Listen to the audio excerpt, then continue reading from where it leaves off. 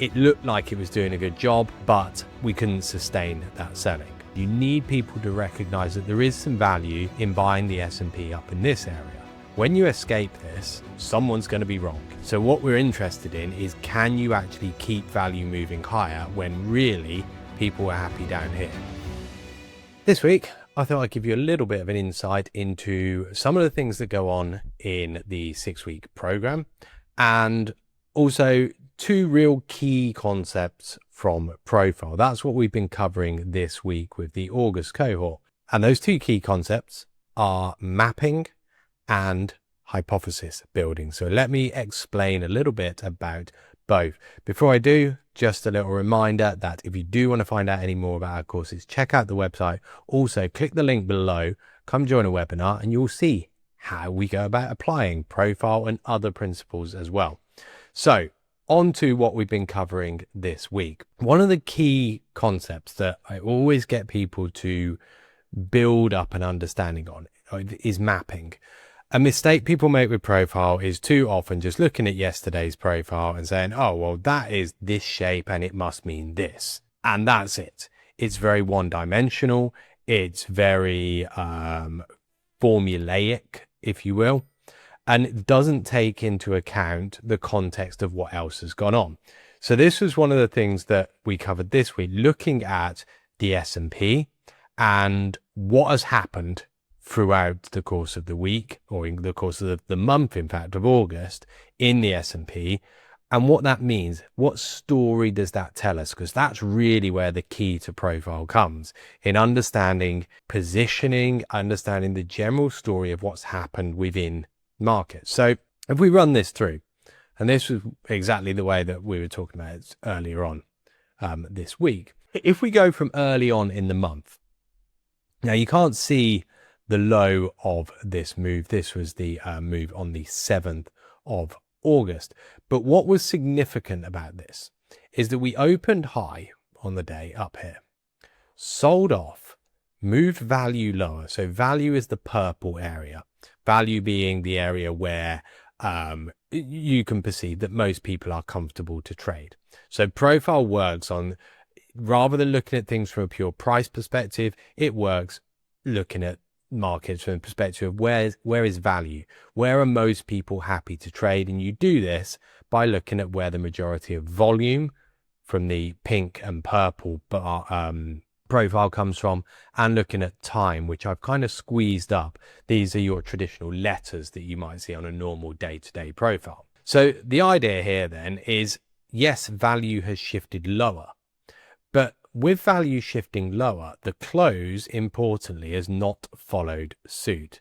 So by having a close that is not really moving in the same way as value, it suggests that this is a bit of an unsustained sell-off.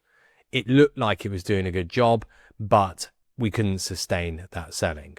So next, what you need to see, and it's all about thinking forward. So what we're building towards is what was then going to happen later on. But thinking forward, for the market to now move up, first, what we need to do is establish value higher. So the following 2 days, price runs up and value does build higher. The next day, it builds higher as well. So in doing this, what the market's effectively showing is people are happy trading at higher prices now. They're not interested in being down here. So with the acceptance of prices higher, and this is real key for profile, you need acceptance. You need people to recognize that there is some value in buying the S&P up in this area. This now allows for direction. So it effectively forms a nice foundation for a move higher, which is what you get in here. This was the 12th of August. We get the trend day up. So what happens here, and what I want to sort of make a big point of here as well, is whether there was news or not, you are still going to get profiles that exhibit certain types of structure, certain patterns. Trend days are a strong indication of a market moving higher. Big feature of a trend day is these bumps of volume interspersed with low volume. This is showing continued pushing higher and higher and higher. So good news here. Now on the back of trend, we now need to find out where we're going to go next. Is the market going to keep going? So come the 13th, 14th, 15th, back end of that week, we then spend 3 days essentially sitting completely still. What this does is it's what I call neutralizes the move. It neutralizes the market. And the way it does that is, having shown direction, by balancing, we've now shown that the market does not have the desire to keep on going and needs new information or a new impetus to actually get moving. So this is where we're quite neutral. This is a build up of positioning. Whenever you get a market that sits sideways like this and builds value in the same area as it has done in here, what happens is you build up. People who are long, people who are short. When you escape this zone, basically where the area that I've boxed off, when you escape this, someone's going to be wrong. If you go to the downside, all the people getting long up here are going to run for the exits. If you move to the upside, all the people short up here are going to run for the exits and create a movement higher. So you're expecting, when you move away from here, clear direction, which should be quick and wider ranging than what you've been seeing. This again is the really important part of mapping out. You can foresee the scope of movement.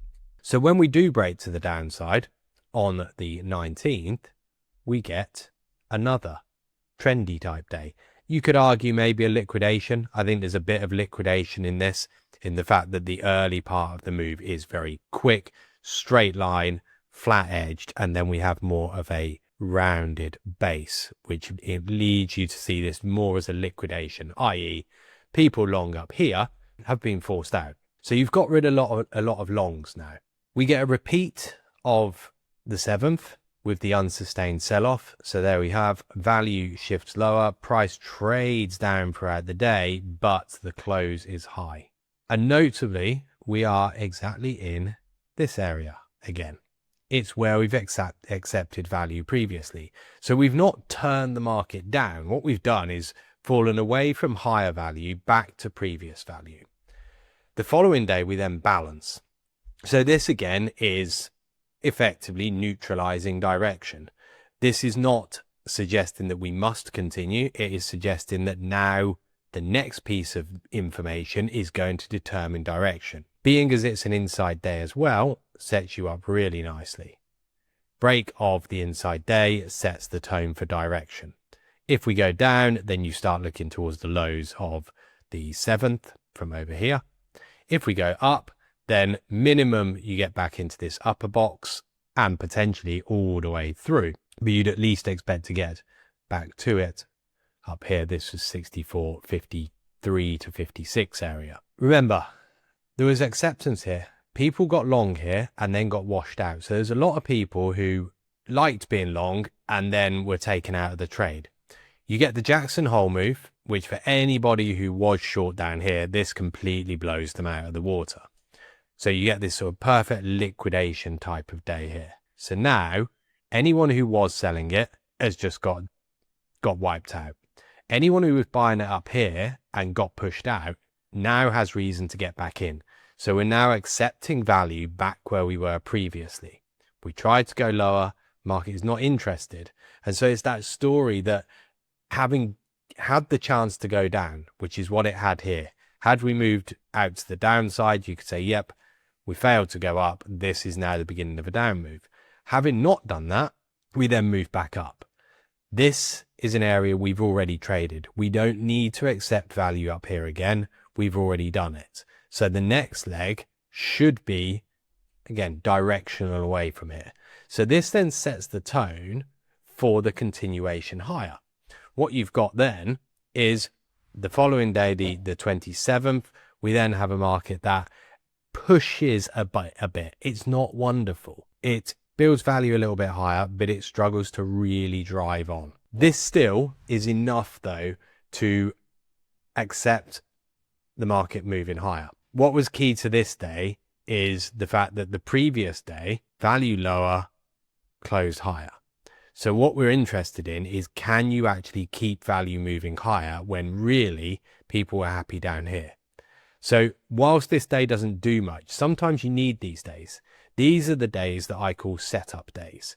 A day that doesn't do a great deal, but in moving value up, as it does here, it sets up continuation, which is what then leads to the 28th, which we covered. And I asked participants in the group, what do you think is going to happen throughout the day? And one of the key points here is building a hypothesis of how do you think the day is going to look at the end. So this was the 27th over here, which created a little bit of a shift higher in value. And then this is where we were 2.5 hours into the main session, and a variety of different views on what can happen. And what's really important here is to understand what's going on and think, right, well, what could I possibly do from here? This is a day where we have still not broken the initial balance. If you're unsure on what an initial balance is, it's the first hour. But again, click on the link, you can go and find out. And we can explain more and more about this in other webinars. We've not broken the initial balance. There is a very, very, very high probability that we will. I let them know what that probability is. They have back tested this over years. There's a very high probability we're going to break that. So where's your potential trade? This is what you're always building towards. You've got a hypothesis that will then suggest, well, you're going to break it one side or the other. If you break it to the upside, this is now record highs. Buyers are likely to come in, and this can then develop into a trending move. Again, we'd covered why it would be a trend type move and not a liquidation type move based on the day currently and also the prior structure. So there's reason to believe in this being a trendy slash normal type of day towards the upside. Downside, again, if it goes, we've got the scope for continuation down, which is indeed what you then got the following day on the 29th. But on this one, these were the ideas that were had at the time. The key to that is if you do have the idea of continuation, it's about asking yourself, well, how are you going to play this? And there's two real opportunities. And this is really why you develop hypotheses, to be able to step back from getting caught up in here, trying to make something happen. There's nothing going on there. You're in the middle of the previous day's value. This is a market that's going nowhere. You don't want to get caught up there. What you want to be thinking about is what happens when we break the IB high. Could you play part of that? And how do you do it? And also, can you play this? So my view on this one was, for me to play that, I would want to see the market get above there, form a continuation, and then move further on and play the follow on move. The reason for that being it's already shown that it doesn't have a particularly strong direction. That's why I wouldn't go about it like that, or why I would want the continuation pattern. So when you don't get it, this would be a trade I'm not taking. The trade I would be interested in then is where you get the pullback onto the previous day's high. That's this print just here. So now I've seen the break of the initial balance to the upside, which suggests we're not going to break the low. And also quite probably we're going to see at least another move up, at least to the high from that break, which is just there. So this presents you with probably your last chance of anything really to do on the day, but also a nice clean trade. You're buying at 2.5. You can have your stop down here at 98.5. You've got a minimum target of 13.5, and then the potential to try and hold this, playing for continuation up as well. So it structures the trade really nicely. But the key to this is understanding how to map out the story of what's happened over the recent few days, and also then develop hypotheses on how the current day could play out and work out your trades based on that and based on how it is playing according to the ideas that you have currently got or have developed throughout the day.